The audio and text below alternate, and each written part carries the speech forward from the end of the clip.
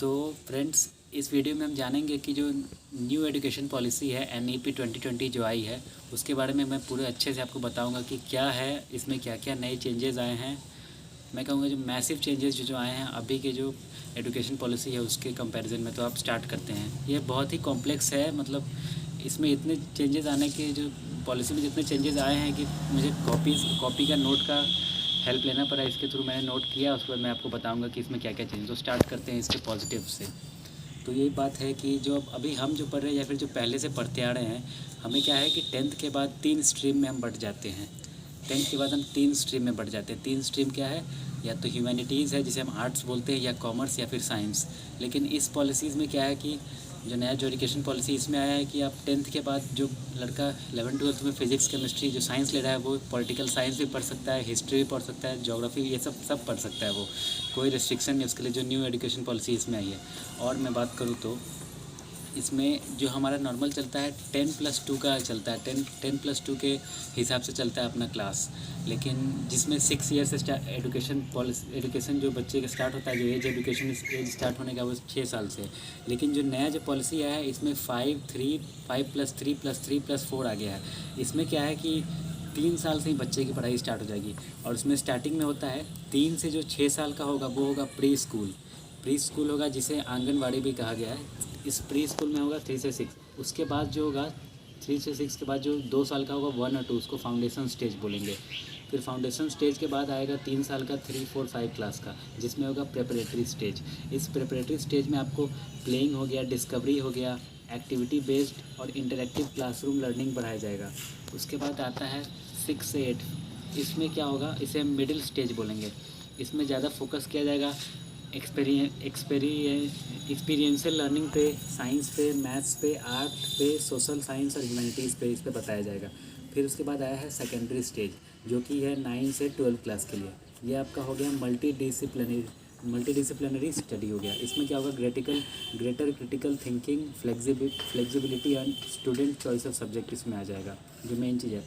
और ये सब चीज़ तो आगे आपको जो चेंजेस हुए इसमें बताया गया। और इसमें क्या है कि जो वोकेशनल ट्रेनिंग जो जो सबसे बड़ा चीज़ है, वोकेशनल ट्रेनिंग जो सबसे बड़ा की पॉइंट है इस चेंज का, मुझे लगता है वोकेशनल ट्रेनिंग ही है। क्योंकि वोकेशनल ट्रेनिंग का मतलब क्या होता है, जैसे कि अगर आप समझो कि किसी लड़के को कारपेंट्री में इंटरेस्ट है, गार्डनिंग में इंटरेस्ट है, किसी को वेल्डिंग वगैरह, ये सब जो अपने इंडिया में समझा आता है कि एकदम लो लेवल का जॉब है, जिसको जो मतलब इक्वलिटी जो हम बोलते हैं वो इक्वलिटी मिलती नहीं है। जैसे कि जो एक सर्विस में काम कर रहा है उसको लेके जॉब है, और जो कारपेंट्री का, जैसे हमारे पेरेंट्स भी बोलते हैं कि नहीं पढ़ोगे लिखोगे तो क्या लोहार बनना है, क्या कारपेंटर बनना है, क्या तो क्या जाके वेल्डिंग करोगे, यही सब करोगे, मोटर बाइक का मैकेनिक बनोगे क्या। तो ये सब काम को जो हम नीचा समझते थे, वो इस पॉलिसी से हो सकता है कि जो पीपल का जो माइंडसेट है हमारा वो बदल जाए। इसमें क्या होना है कि वोकेशनल ट्रेनिंग जो होगा, जिसे इंटर्नशिप दिया जाएगा, वो क्लास 6 के बाद दिया जाएगा। इसका क्या होगा, इसमें 10 दिन का जॉब बैगलेस होगा, जिसमें बच्चे स्कूल तो जाएंगे 10 दिन के लिए, लेकिन बैग लेके नहीं जाएंगे। उनके जो लोकल जो आसपास के जो अपने गार्डनर हो गए, कारपेंटर हो गए, जो वेल्डर हो गए या मैकेनिक हो गए, जो बच्चे का जिस चीज़ में इंटरेस्ट होगा उसको उस हिसाब से वोकेशनल ट्रेनिंग दी जाएगी 6 क्लास से ही। और लेटर ऑन आफ्टर 6 जो बच्चे आगे भी पढ़ेंगे उनको भी वोकेशनल ट्रेनिंग दिया जाएगा। तो ये बहुत बड़ी मेरे हिसाब से जो पॉजिटिव है अचीवमेंट होगी अगर इस लॉ को इम्प्लीमेंट करते हैं, इस पॉलिसी को इम्प्लीमेंट करते हैं। क्योंकि बहुतों का होता है, आप जैसे कि मेजॉरिटी ऑफ स्टूडेंट आप देखोगे तो वो पीयर प्रेशर से या फिर पेरेंटल प्रेशर से वहीं वो सब्जेक्ट कंटिन्यू करना चाहते हैं। क्योंकि बहुतों का मन होता है कि वो काम में लगे, जल्दी से जल्दी जॉब ले, काम करे। और ये बहुत बड़ा फैक्टर है कि इंडिया अभी तक डेवलपिंग की है। और आप कितना भी देखो, कितने भी डेवलप कंट्री के जो एजुकेशन पॉलिसी, जो बहुत सारे वीडियोज़ आपको यूट्यूब पे मिलेंगे, उसमें आप देखोगे कि जो वहाँ पे है कि आप बच्चे को इंडिपेंडेंट रख दिया जाता है कि तुम्हें 10th के बाद वोकेशनल करना है, तुम वोकेशनल करो, कैसा भी जॉब हो, B Ed gardening, B Ed welding, B Ed mechanic, कुछ भी हो, वो लड़का उसमें गया, उसमें तुम अच्छा करो, तुम्हारा भाई अच्छा है। अब आगे बढ़ते हैं वोकेशनल ट्रेनिंग के बाद। और क्या है इसमें कि एक और बड़ी चीज़, कोडिंग जो होती है, कोडिंग वो क्लास 6 से ही सिखाई जाएगी। फिर और एक और चीज़, क्लास 11-12 के जो बच्चे होंगे, बोर्ड एग्ज़ाम को इतना इंपॉर्टेंस नहीं है। जो इतना हाइप बना हुआ रहता है आजकल, जो हमारे समय से चलता आ रहा है, कब से पता नहीं कब से ये आता है, इतना बड़ा हाइप बना हुआ है कि बोर्ड एग्ज़ाम का जो है कि बच्चे को इतना प्रेशर होता है, टेंशन होता है, पढ़ाई वढ़ाई, बोर्ड एग्ज़ाम पे उतना इंपॉर्टेंस नहीं दिया जाएगा, जो इसमें लिखा है। और हाँ, जो हमारा जो रिपोर्ट कार्ड बनता है, रिपोर्ट कार्ड जो रिज़ल्ट कार्ड बनता है हमारा, वो क्या कि टीचर इवेलुएट करते हैं बच्चे के जो ओवरऑल मार्क्स होता है साल भर, क्या परफॉर्मेंस रहा, एक्स्ट्रा करिकुलर एक्टिविटीज़ हो गए, 10th जो भी अपना बच्चा क्लास था, क्लास में कैसा परफॉर्मेंस रहा, क्लास टेस्ट हो गया, स्कूल का स्पोर्ट्स वगैरह हो गया, स्पीकिंग स्किल हो गया। लेकिन इसमें एक नया लाया गया जिसको पढ़क बोला गया, पढ़क एक स्कीम लाई गई है। उसमें क्या है पढ़क में कि टीचर तो इवेलुएट करेंगे ही, साथ साथ जो स्टूडेंट होगा वो इटसेल्फ इवेलुएट करेगा। इसको इंट्रोस्पेक्ट बोलते हैं, इंट्रोस्पेक्शन खुद करेगा अपना, साथ में ही उसके जो क्लासमेट होंगे वो भी उसका इवेलुएशन करेंगे। तो ये आई है रिपोर्ट कार्ड में। उसके बाद जो हमारा जो अभी का जो एजुकेशन सिस्टम है, इसमें क्या हमारा जो 3% ऑफ जीडीपी है, ग्रॉस डोमेस्टिक प्रोडक्ट, उसका 3% आता है ये एजुकेशन में दिया, एजुकेशन में उसका कंट्रीब्यूशन है। लेकिन अब ऐसा कहा गया है कि अप टू 6% इसका टारगेट रखा गया है कि अप टू 6% जीडीपी का शेयर दिया जाएगा एजुकेशन को। ये तो बहुत बड़ी चीज़ है, क्योंकि आप देखोगे बहुत से डेवलप कंट्री में जो फंडिंग होती है, जो कैपिटल इन्वेस्ट करते हैं जो गवर्नमेंट, वो एजुकेशन में बहुत किया। जैसे आप ब्रिटेन देख लो, जर्मनी देख लो, ऑस्ट्रिया देख लो, ये सब कंट्रीज़ में इतने ज़्यादा इन्वेस्ट करते हैं ना अपने जीडीपी को लेकर। लेकिन इंडिया का 3 था, तो ये चीज़ अगर टारगेट अचीव होता है 6% तो बहुत अच्छा होगा। और अब हम भी समझते हैं, जैसे कि हम एग्ज़ाम्स देते तो क्या सोचते हैं, हमारे लिए एग्ज़ाम्स होता है कि भाई कुछ पढ़ाई करो, कुछ याद करो। बाकी हमारे लिए होता है कि जल्दी से पढ़ के एग्ज़ाम दे के पीछा छूटे समथिंग सब्जेक्ट से। लेकिन अब ऐसा फोकस हटाया गया एग्ज़ाम से। अब क्या किया गया है कि मेमोराइजेशन जो होता है उस चीज़ को हटा के ज़्यादा से ज़्यादा समझ के, और एग्ज़ाम्स को इतना प्रायोरिटी नहीं दी जाएगी। बच्चे का जो सीखने का जो डिज़ायर है, सीखने का जो एबिलिटी है, उस पर काम किया जाएगा कि ज़्यादा बच्चे एग्ज़ाम रिलेटेड पढ़ाई ना करें। तो मेमोराइजेशन के जो टर्म है उस चीज़ को ज़्यादा से ज़्यादा हटाने की कोशिश की जाएगी इस बार। और अब बात करते हैं आफ्टर 12 चेंजेस की। आफ्टर 12 में चेंजेस आया जो ग्रेजुएशन के लिए जो चेंजेस आया उसमें एक चेंज आया है मल्टीपल एंट्री एग्जिट प्रोग्राम। क्या है मल्टीपल एंट्री एग्जिट प्रोग्राम? इस मल्टीपल एंट्री एग्जिट प्रोग्राम में क्या किया गया है कि सपोज़ आप कोई बीटेक डिग्री स्टार्ट करते हैं, और आप मतलब आपने चाहा कि मुझे बीटेक करना है, तो आप गए पढ़ने, और 1 साल बीटेक पढ़ने के बाद जब 1 साल बीटेक किया, उसके बाद आपका मन किया कि नहीं यार मेरे से कंटिन्यू नहीं हो पा रहा, मैं अब नहीं पढ़ना बीटेक। तो आप 1 साल का कोर्स ख़त्म करने के बाद आपको जिस अगले ग्रेजुएशन डिग्री में जाने का मन है तो आप वहाँ जा सकते हो। अब अगले ग्रेजुएशन डिग्री में जा सकते हो आप वहाँ पर, और वहाँ पर आप उसके से कंटिन्यू कर सकते हो। उसको बोलते हैं क्रेडिट ट्रांसफ़र। क्रेडिट ट्रांसफ़र बोलते हैं। उसमें क्या है कि आप अपने 1 साल का जितना क्रेडिट आप करा उसको आप ट्रांसफ़र कर सकते हो अगले डिग्री में, और वहाँ से आप फिर कंटिन्यू कर सकते हो जो जिस साल से आपको करना है कंटिन्यू आप कर सकते हो। ये हो क्रेडिट ट्रांसफ़र। अब एक और चीज़ जो इसमें आप 1 साल ड्रॉप करने के बाद आप कहोगे तो आपको सर्टिफिकेट मिलेगा। इसमें 1 साल के ड्रॉप करने के बाद आपको सर्टिफिकेट मिलेगा। फिर जब आप अगर सेकेंड ईयर ड्रॉप करते हो तो आपको डिप्लोमा मिलेगा।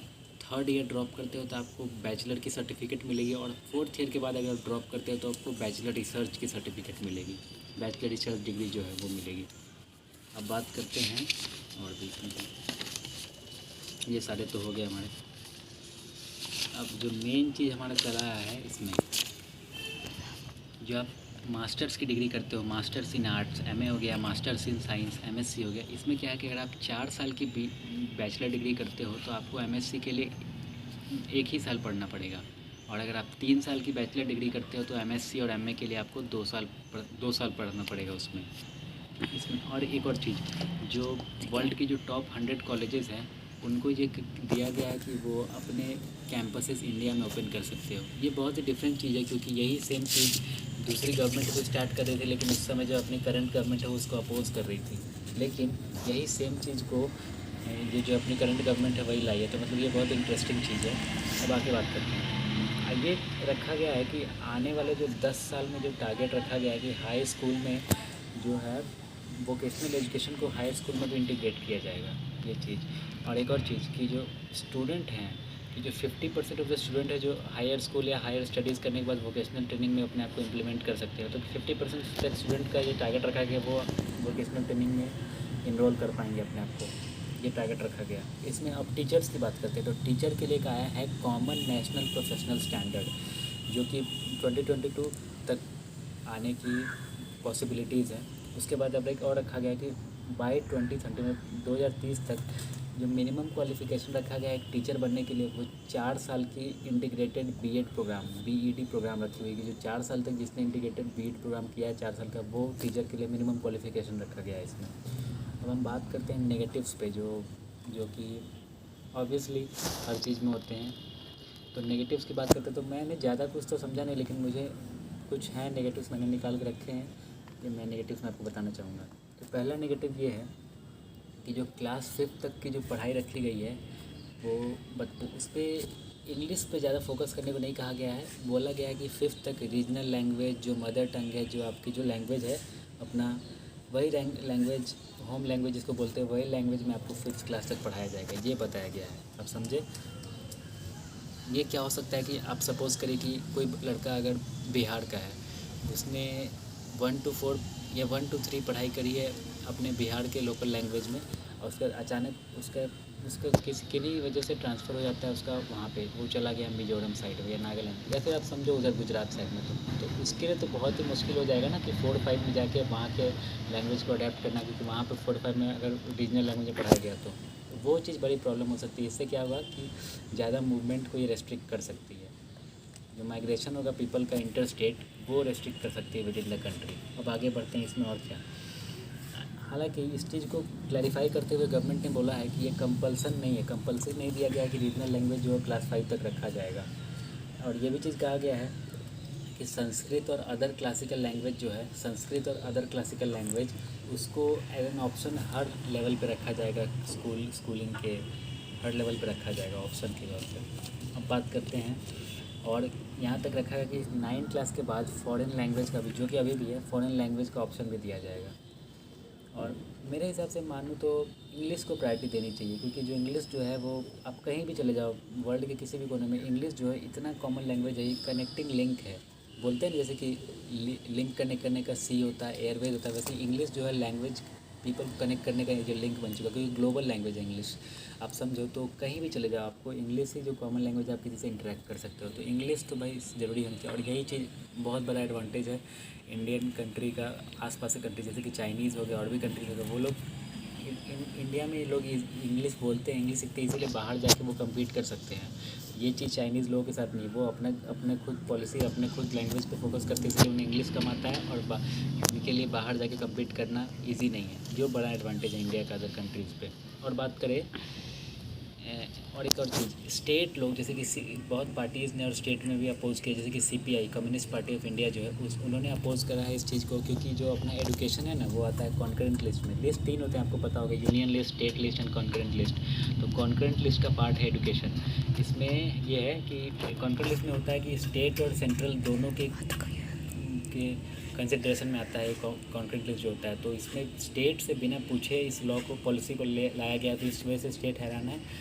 इससे स्टेट को ये खतरा लगता है, ये थ्रेट लगता है कि आने वाले पॉलिसीज़ में, और इसमें ये भी बताया गया कि ये पावर को सेंट्रलाइज़ करती है, मतलब कि डिसेंट्रलाइज नहीं करती है, सेंट्रलाइज़ करती है। इसमें कि जो मेजर डिसीजन मेकिंग पावर जो हो जाएंगे वो सिर्फ गवर्नमेंट के पास रहेंगे, सेंट्रल के पास, स्टेट का इसमें कुछ वैल्यू नहीं रहेगा इस पॉलिसी के अकॉर्डिंग। तो ये पॉइंट उनका दिया गया मेरे हिसाब से। और एक और चीज़ है कि इस चीज़ को, ये थ्योरेटिकल ज़्यादा अच्छा लगता है, प्रैक्टिकल इम्प्लीमेंट करना it is near about too difficult, ये मतलब नेक्स्ट टू डिफ़िकल्ट है मेरे हिसाब से। क्योंकि आप समझो कि इतने गवर्नमेंट स्कूल्स हैं, गवर्नमेंट कॉलेजेस हैं, जहाँ पे कॉलेज नहीं, गवर्नमेंट स्कूल मोस्टली, जहाँ पे फैकल्टीज़ नहीं हैं, स्टूडेंट जाते नहीं हैं, ट्रस्ट नहीं है पेरेंट्स को कि वहाँ जाएंगे तो पढ़ेंगे क्या। ये सब चीज़, बहुत सी फैक्टर्स हैं जो इस लॉ के अगेंस्ट में जाती है। मेरा भी ये मानना है कि जैसे कि अब ये बोला जा रहा है कि आने वाले 10 साल में बहुत सी चेंजेस आएंगी, देखते अब क्या होता है, क्योंकि यहाँ पे एजुकेशन पॉलिसीज़ तो इंडिया की बहुत ही ख़राब है।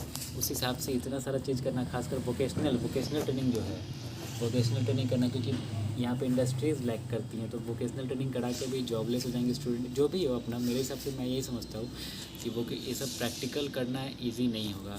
अभी वेट करते हैं, आप भी बस वेट करो अब कि क्या होता है इस पॉलिसी में। अगर चेंजेस आए तो बहुत ही अच्छी बात है। थोड़ा मैं जेलस भी हूँ कि भाई हमारे समय ये सब क्यों नहीं आया, हम क्यों वही घिसा पिटा पढ़ते रह गए। चलो यही था इस पॉलिसी में। Thank you, done.